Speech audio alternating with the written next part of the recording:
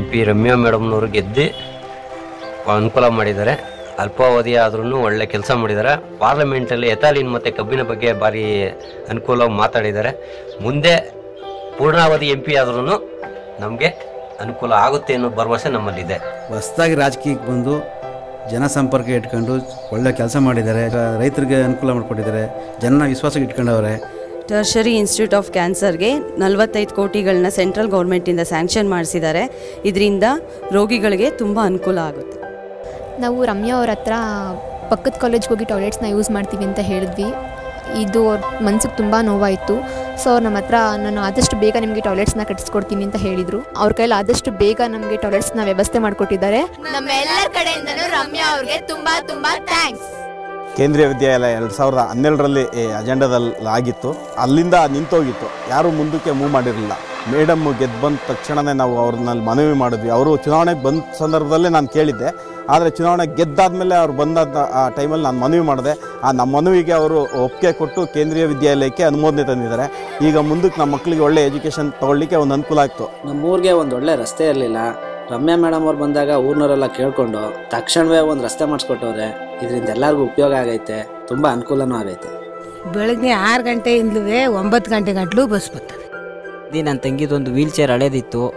ಆ wheel chair ನೋಡಿ Ramya madam ಅವರು ನಮಗೆ ನನ್ನ ತಂಗಿಗೆ ಒಂದು ವೀಲ್ ಚೇರ್ ಕೊಡಿಸಿದ್ದಾರೆ. ನನ್ನ ತಂಗಿ ತುಂಬ ಖುಷಿಯಾಗಿದ್ದಾಳೆ.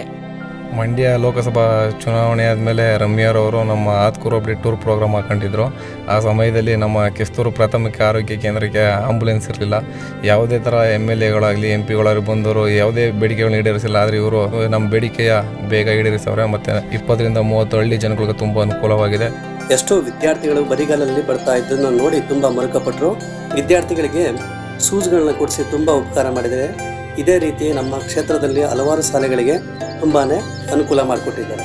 ಒಂದ್ಸರಿ ಮೇಡಮ್ ನಮ್ಮೂರಿಗೆ ಭೇಟಿ ಕೊಟ್ಟಿದ್ರು. ಎಲ್ಲಿ ವರ್ಕ್ ಮಾಡ್ತಾ ಇದ್ದೀರಾ ಅಂತ ಕೇಳಿದ್ರು. ನಾನು ಆವಾಗ ಜಾಬಿಗೆ ಟ್ರೈ ಮಾಡ್ತಾ ಇದ್ದೀನಿ ಮೇಡಮ್ ಅಂತ ಹೇಳಿದೆ. ನಮ್ಮ ಆಫೀಸಲ್ಲಿ ವರ್ಕ್ ಕೊಟ್ಟರೆ ಮಾಡ್ತೀಯಾ ಅಂತ ಕೇಳಿದರು. ಹಾಂ ಮೇಡಮ್ ಅಂತ ಹೇಳಿದೆ. ಅದ್ರ ಬೆಳಗ್ಗೆಗೆ ಫೋನ್ ಮಾಡಿದರು. ನಾನು ಕನ್ಸಲ್ಲಿ ಅಂದ್ಕೊಂಡಿರಲಿಲ್ಲ ನನಗೆ ಕೆಲಸ ಸಿಗುತ್ತೆ ಅಂತ.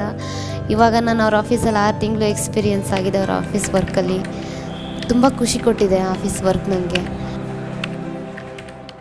It is only women's involvement in political process and decision making in greater numbers that can make a significant difference by strengthening democratic institutions and by making democracy more meaningful in fighting injustice and oppression in society.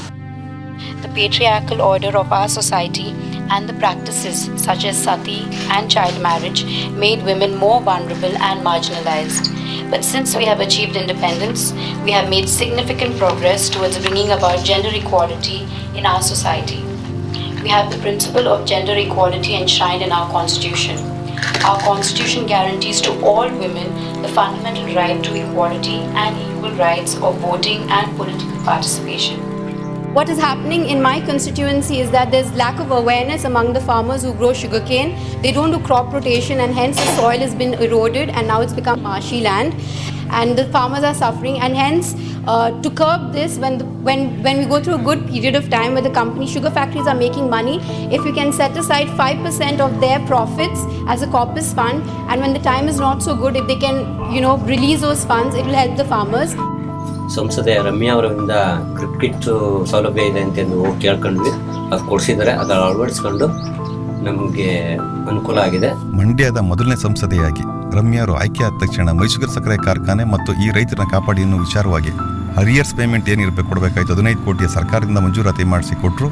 ಜೊತೆಗೆ BFR ಇಂದ ಕಾರ್ಖಾನೆ ತರಬೇಕು ಅನ್ನೋ ವಿಚಾರದಲ್ಲಿ ಅಲ್ಲಿರುವಂಥ ಚೇರ್ಮನ್ನ ಇಲ್ಲಿ ನೇರ ಕರ್ಕೊಂಡ್ಬಂದು ಕಾರ್ಖಾನೆ ಸ್ಥಿತಿಗತಿಗಳನ್ನ ಅರ್ಥ ಮಾಡಿಸ್ಕೊಟ್ರು.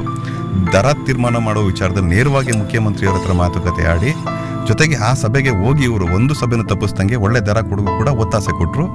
ಜೊತೆಗೆ ಏನು ಈ ಸಕ್ಕರೆ ನಾಡಿಂದ ಆಯ್ಕೆಯಾಗುವ ಮೊದಲನೇ ಮಹಿಳೆ ಆದರೂ ಕೂಡ ಸಂಸತ್ ಸದನದಲ್ಲಿ ಇವರು ಎಥನಾಲನ್ನು ಮಾಡಿ ಫಾರಿನ್ ಎಕ್ಸ್ಚೇಂಜನ್ನು ಕಮ್ಮಿ ಮಾಡಿ ಪ್ರತಿಯೊಬ್ಬ ರೈತರಿಗೆ ನೇರ ಹಣ ಸಿಗುವಂಥ ಚರ್ಚೆ ಕೂಡ ಮಾಡಿದ್ದಾರೆ.